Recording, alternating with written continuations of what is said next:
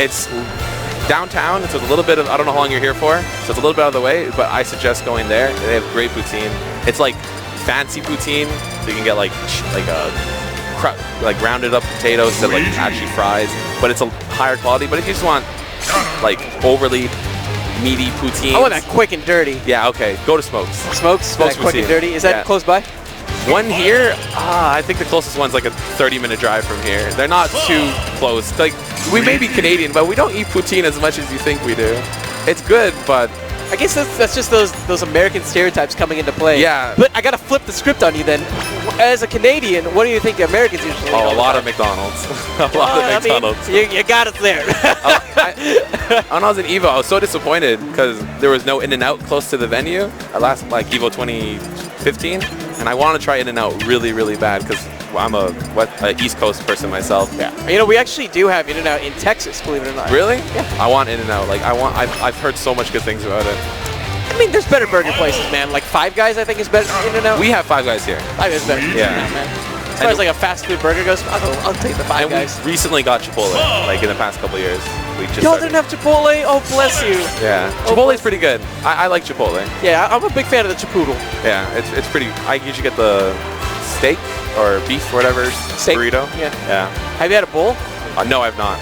See, I used to get the burrito all the time, but I switched over to the bowl because it's actually more food. Yeah, but it's just more work to eat. It's like true. Like a burrito, you just like can maul that thing. You know. That's all I ate at EVO was Chipotle. Just burritos. Yeah, because the food, like around the hotel, was so expensive at EVO. Oh, yeah. So you walk like 10 minutes to the mall, and there was like Chipotle there. I'm like, oh, okay, I want some Chipotle. We're in there. So I do know these players. You got Nysarc and Zhao. They're from Nova Scotia, so they're really, really East Coast Canadian players.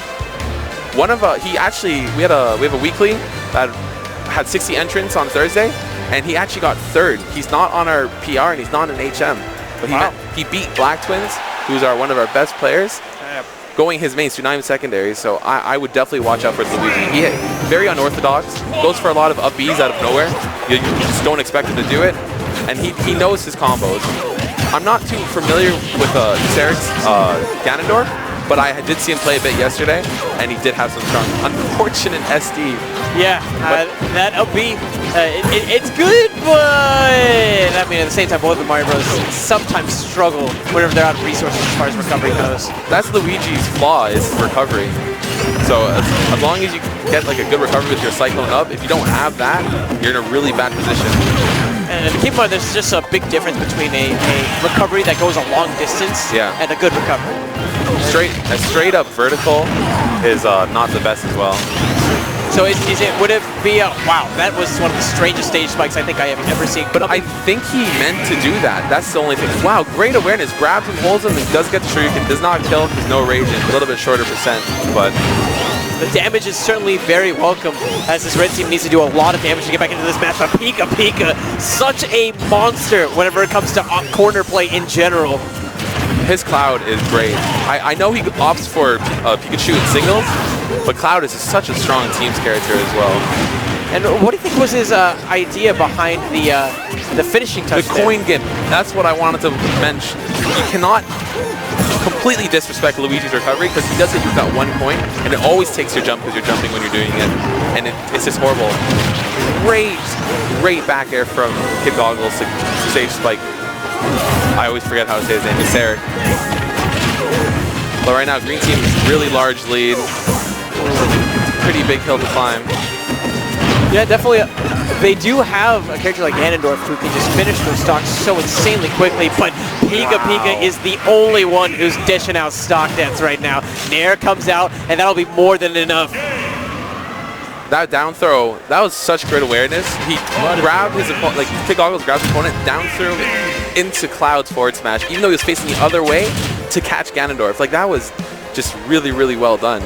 Once again, you can see Sonic with one kill. It's always a Cloud. You need to watch out for Cloud's killing, but also watch out for KIDGoggles running around. It's the name of the game as far as the support character goes. They're not the ones lighting up the kill feed, but at the end of the day, the reason why a match goes the way that it does is based around how good of a support you can actually do. I don't think that was the best showing from Red Team. I do think they'll pull it back in the next game, so I'm going to look forward to seeing what they do. I don't want to see him die again at 0, pretty much. Yeah, it might be a little bit of nerves, you know? Yeah. You definitely take a moment to recollect yourself and kind of reconvene. But Zhao is actually an older Brawl player, so he's pretty familiar with the tournaments. Nothing's really new to him. So I think it's more just never facing these players too. Like some players, you might be like strong in singles, but then you face a good team and you're just thrown off by the amount of awareness they have for each other. Yeah, it's like, what do I really do in this situation? I've seen teams who like players singles individually, they barely make it out of pools. But you put them in a teams game and they make it to like semis, and it's like teams is so different from singles. Yeah, and you know, an individual skill definitely has its place in the teams game as well. But what makes teams so beautiful is just seeing how well two players can synergize with each other amidst an arena of chaos. Yeah, because that's really what teams is. It's just insane. It's even hard to like commentate because there's 4 people fighting at the same time. It's crazy. I think he's doing his controls. Agni Kai? No, AGN is his clan or tag, and then he does Kid. So I guess he's on here. I guess so. And I was so excited too. I just started watching Avatar: Last Airbender with my girlfriend. Okay. So when I saw the Agni Kai, I was like, oh, yeah, maybe we got a fan. That was my favorite cartoon for a very, very long time. Dude, that's still my favorite show of all time. I actually like Steven Universe a lot. Steven Universe is great. Like, really I listen to the music on Steven Universe all the time too. Okay, it's Estelle who does the soundtrack. Yeah, she is Garnet's voice. Yeah. It's pretty amazing. But it's actually her song is not my favorite song. It's "Do It for Her" with Rose singing, like teaching Pawnee how to fight for Steven. Oh. It's such a good song. Yeah. I teamed with a local player, Space Dong, and we listened to, this was before that song came out, we listened to Garnet's theme, you know, like that known fight song. I'm not gonna say anything about anything that I don't want to spoil for people that don't know, but we listened to that song when we were teaming. It's pretty interesting. Yeah. Do you do the teams hook up to the point where it's like, I'm going to listen to the same music as you? Yeah, we did that. Dang, that synergy. Yeah, because we both love the show, and then we both love that song. So it's like, this is the time. This is time to shine. We did really well too. First time teaming, and I think we got 5th. That is really good. Yeah, at like a weekly, like a monthly too. We made some money.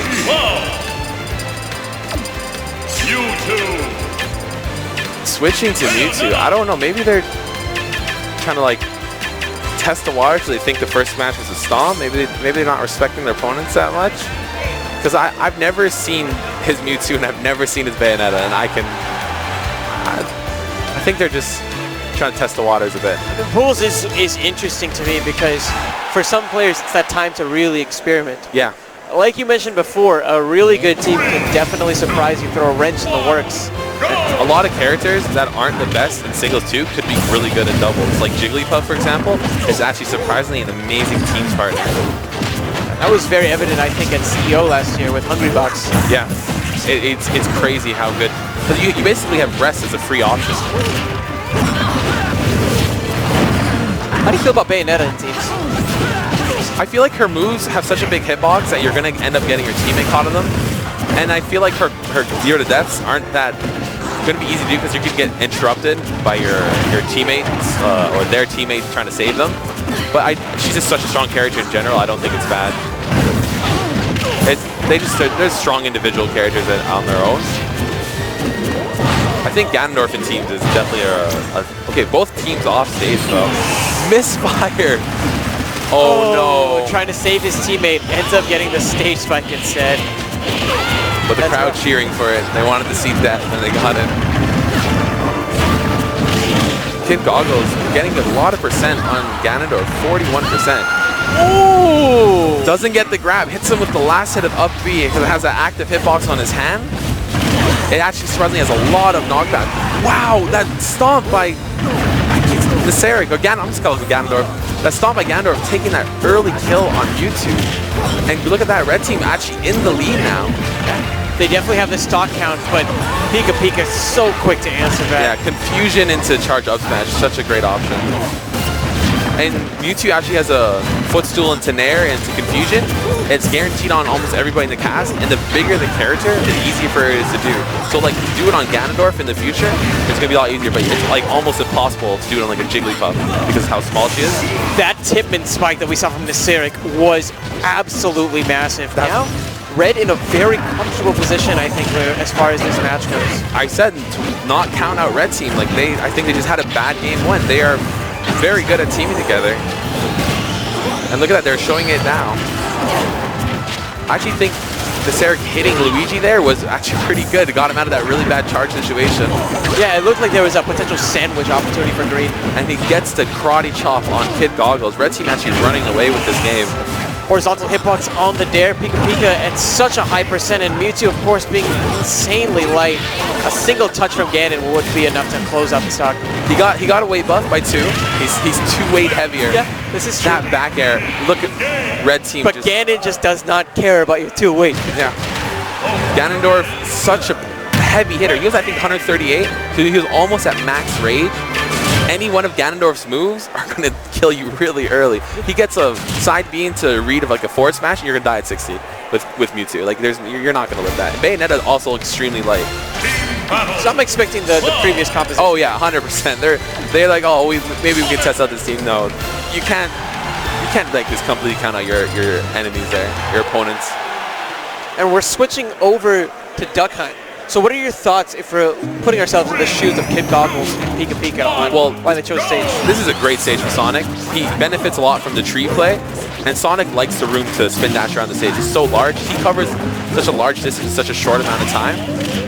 Beyond that, it also grants his teammate plenty of time and cover just to charge up limit. And I'm expecting to see a neat little combo with PikaPika standing on the tree and KIDGoggles like up throwing him into like a finishing touch, and I think I've seen them do that before, so I would expect them to see it again. They do go to this stage a lot as a counter pick. Well, step 1 for that combo is ready, seeing as PikaPika just got his limit hit. And they are at kill percent for it. But we have a very close game right now. Both Red Team and Green Team at fairly decent percents. No one yet to lose a stock. And while we see Nysarc at a very high percent, is Ganondorf. Ganondorf's kind of a tank. He's pretty heavy. One of the heavier characters in the game. Wow! And using that rage in conjunction with that Wizard Foot to take the stock off the top, but PikaPika right there with the bear as well as the Nair. Both members of Red off stage. It's going to be so tough for them to recover here. That was good. He let Ganondorf get there first. Oh, that was a beautiful F smash by KIDGoggles, taunting, feeling himself. It's like they basically baited them. I was about to comment how it looked like Red was getting away from the ledge to get guaranteed control of center, but it was all just a big bait. They got what they wanted with Red both advancing and then the double F smash to pull stock out. Brilliant play. Sonic's hypno smash.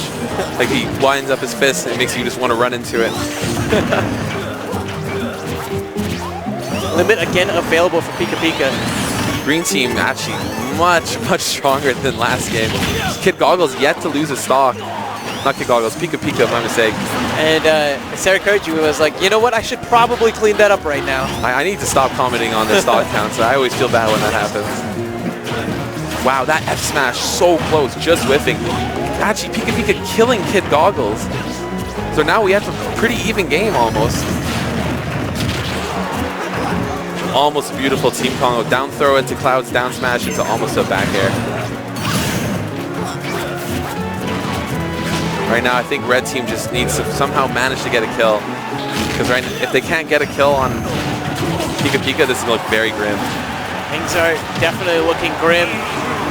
PikaPika just throwing out F smashes, working in his favor. Now this is going to be a huge hill to climb. I would not want to have to do this 2v1. If you were doing this 2v1, what do you think the game plan is? Throw fireballs.